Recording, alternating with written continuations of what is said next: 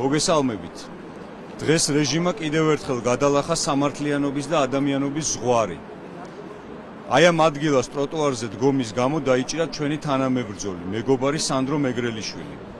უწესიერესი ადამიანი, რომელიც უკვე წელიწადზე მეტია სრულიად მშვიდობიანად იცავს საქართველოს კონსტიტუციას და დასავლურ მომავალს.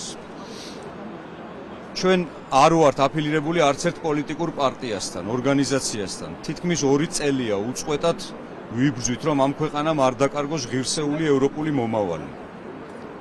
დღეს რეჟიმმა უკვე დაიწყო ადამიანების დაკავება საფეხმავლო ბილიკზე. დაიჭირა ჩვენი 5 თანამოქალაქე. ამ უკანონობას ყავს კონკრეტული შემსრულებლები, მოსამართლე, პოლიციელი. არ შეიძლება მათ საკუთარი საქციელის გამართლება ჰქონდეს, არც პროფესიული და არც ადამიანური. ჩვენ ვერ დაგვაშინა ვერც ერთმა უსამართლობამ, ძალადობამ ვერ შეგვაშინებს ვერც ეს. დგავართ და ვიდგებით ერთად ბოლომდე, გამარჯვებამდე.